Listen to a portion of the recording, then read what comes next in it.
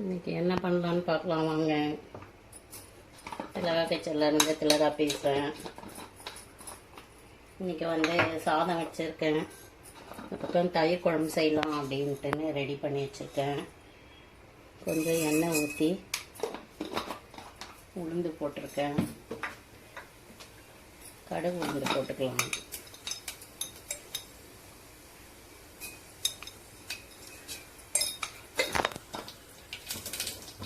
கடுகு, உளுந்து, சீரகம், காஞ்ச மிளகாய், கொஞ்சம் பெருங்காயம் போட்டு தாளிச்சிக்கலாம். கொஞ்சம் கருவேப்பிலை போட்டுக்கிறேன்.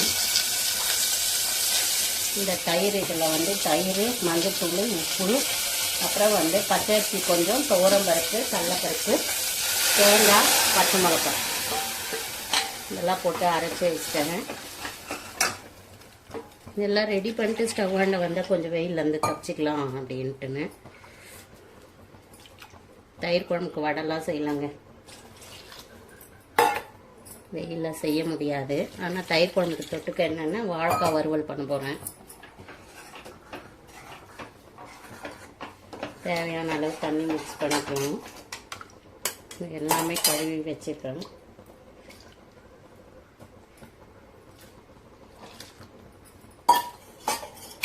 பச்சை மிளகாவும் தேவையான அளவு காரத்துக்கு ஏற்ற மாதிரி போட்டுக்கலாம். தாளிக்கும் போது காஞ்ச மிளகாய் போட்டு தாளிச்சிக்கலாம்.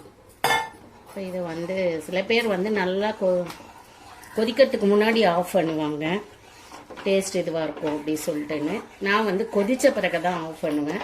இந்த தயிர் குழம்பு கொதிக்கிட்டோம் பாருங்கள், நல்லா கட்டி ஆயிடுச்சு. ஒரு கொதி வரும்போது ஆஃப் பண்ணிவிட்டு கொத்தமல்லி தழை போட்டு இறக்கிட வேண்டியதுதான். ஆனால் என்கிட்ட கொத்தமல்லி இல்லை. வெயில் காலம் வதங்கி போகுது. ஒரு 3 நாள் டாக் பிடிக்குது. நல்லா ஃப்ரெஷ்ஷாக இருந்தால், பழசு வச்சுருந்தா இல்லை. ஒரு வாரமாக வச்சுருந்தா நேற்று சண்டே எல்லாம் காலி பண்ணியாச்சு. இப்போ ஒரு கொதி வந்துச்சு, ஆஃப் பண்ணிடலாம்.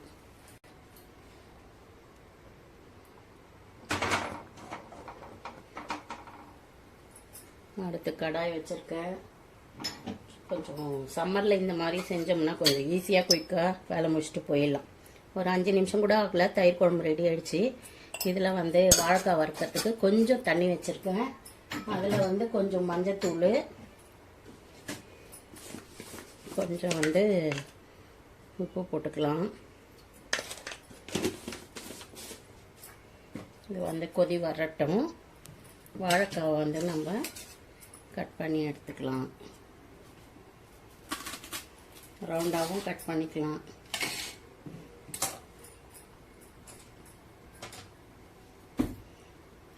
ரவுண்டாக கட் பண்ணால் கொஞ்சம் நேரம் நிற்கணும் வறுக்கிறதுக்கு. அதனால் நான் கொஞ்சம் நாளாக கட் பண்ணி எடுத்துக்க போகிறேன் ஒரு வாழைக்காவை.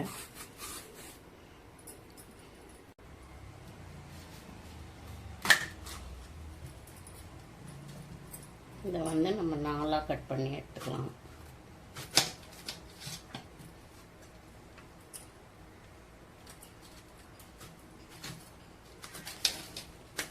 இதை இந்த சைஸுக்கு கட் பண்ணிக்கலாம்.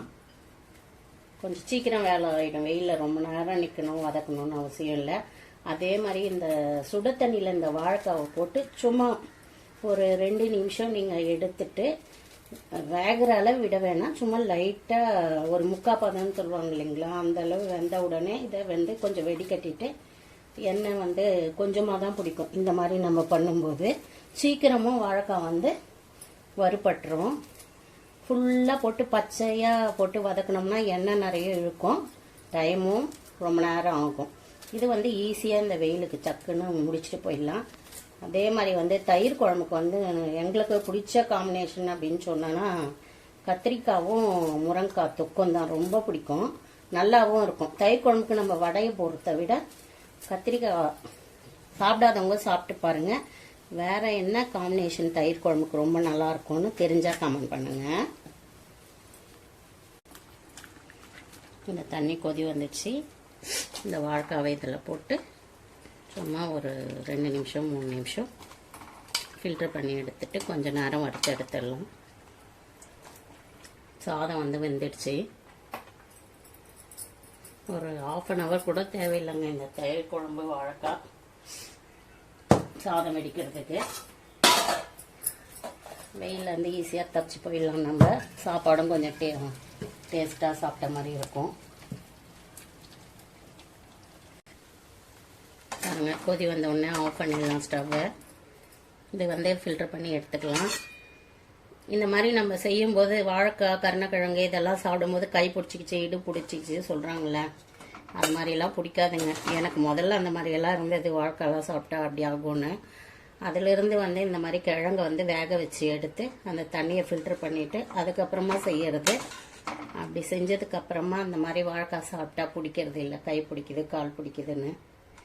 அதுலேருந்து இதையே ஃபாலோ பண்ண ஆரம்பிச்சிட்டேன் நான். இதில் வந்து கொஞ்சம் வந்து பெருங்காயம் கூடுதலாக சேர்த்துப்பாங்க தாளிக்கும் போது. பாருங்க, அதே கடாயை வச்சுட்டேன். பாத்திரமும் ரொம்ப ஆக்காது.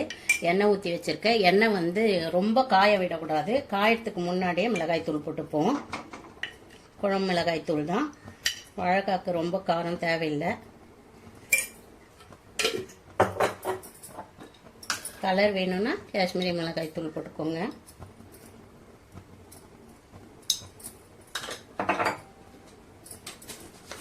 சால்ட்டு வந்து அதிலே தண்ணி கொதி வரும்போது கொஞ்சம் போட்டோம். அதனால வாழைக்காய்க்கு நிறையவும் பிடிக்காது, கொஞ்சமாக போட்டுக்கலாம்.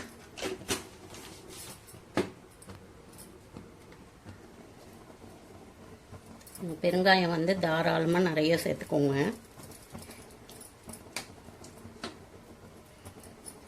எண்ணெய் வந்து சூடாயிடுச்சுன்னா கலர் மாறிடும் மிளகாய்த்தூள்.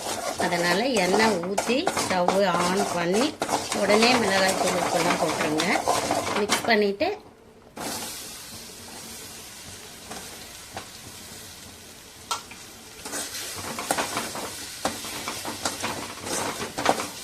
இந்த மாதிரி செய்யும்போது சீக்கிரம் வேலையும் முடியும், வாழைக்காவும் நல்லா ரோஸ்ட் ஆகும், எண்ணெயும் கம்மியாக பிடிக்கும்.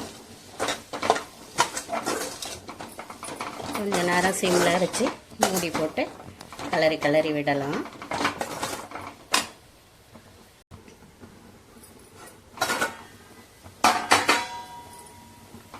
எவ்வளோ சீக்கிரம் ஆயிடுச்சு பாருங்க.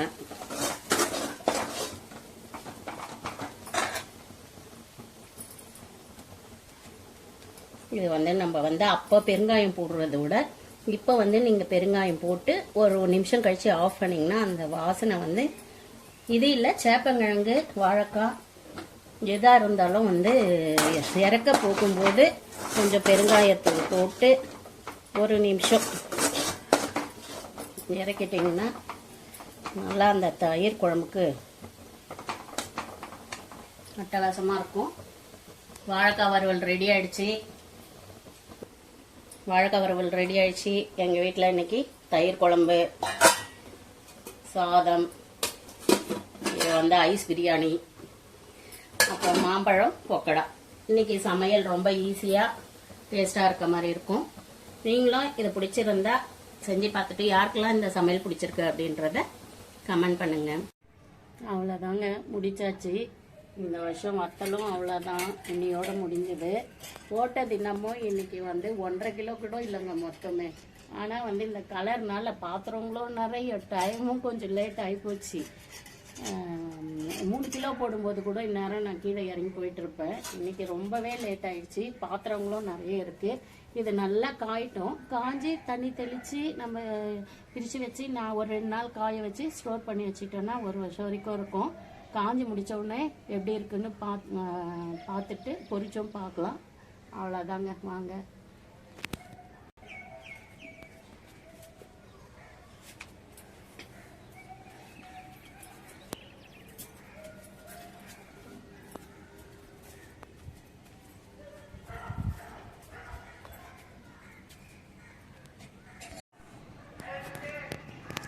ஒரு நாள் வெயிலில் இவ்வளோ காஞ்சிருக்குங்க.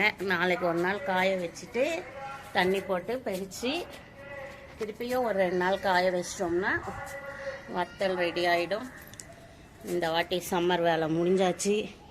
அதுக்கு அடுத்து கொஞ்சம் நிறைய வேலை இருக்குது, அதெல்லாம் அப்புறம் பார்க்கலாம். ஃபஸ்ட்டு இந்த வேலை முடிஞ்சாச்சு. சரி, ஓகே, பாய். பாருங்க, நேற்று போட்ட வத்தல்லாம் காஞ்சிடுச்சு. இப்போ 1 மணி தான் ஆகுது. காஞ்சிச்சு. சரி இதை அப்படியே நம்ம தண்ணி தெளித்து பிரித்து போட்டோம்னா வெயிலில் காஞ்சிரும் இல்லைங்களா. இந்த மாதிரி திருப்பி போட்டு கொஞ்சமாக தண்ணி தெளிச்சிக்கலாம். கொஞ்சமாக தண்ணி தெளிச்சிக்கலாம்.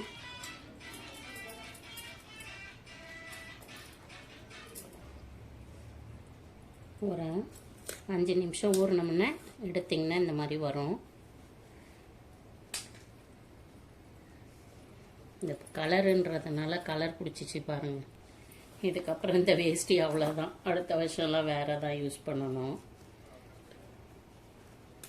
இது நாள் வரைக்கும் நான் இதில் குழு வத்தலும் முறுக்கு வத்தலும் தான் போட்டுட்டு இருந்தேன். இதுக்கு தான் இந்த மாதிரி வத்தல் போடும்போது நம்ம கவர் யூஸ் பண்ணோன்றது. ஒரு 5 நிமிஷம் வந்து ஊறட்டும்.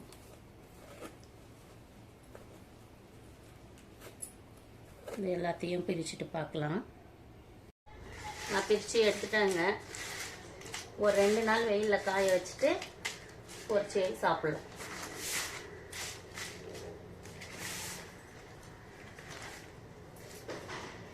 இது வந்து தக்காளி வடம், இது ஜவ்வரிசி வடம். ஜவ்வரிசி வத்தல், தக்காளி வத்தல் போட்டோம் இல்லைங்களா, நல்லா காஞ்சிச்சு பாருங்கள். சவுண்டு நல்லா கலகலன்னு வருது. ஜவ்வரிசி வத்தலும் காஞ்சிடுச்சு. இதை நம்ம வறுத்து எடுத்துக்கலாம்.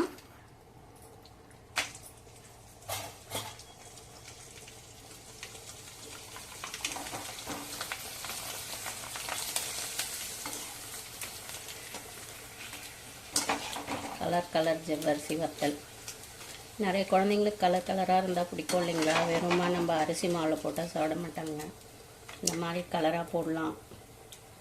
நம்ம ஹெல்த்தியாக செய்யணுன்னா பீட்ரூட்டு, கொத்தமல்லி, புதினா, கேரட்டு இதெல்லாம் மிக்சியில் அடித்து போடலாங்க. நான் வந்து கலர் போட்டிருக்கேன்.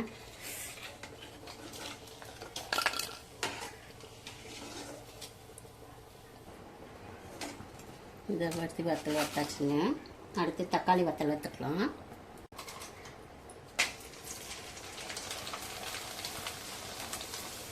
தக்காளி வத்தலில் வந்து நான் சில்லி ஃப்ளெக்ஸும் காஷ்மீரி மிளகாய் தூளும் போட்டிருக்கேங்க. பார்க்குறதுக்கே கலர் நல்லாயிருக்கு.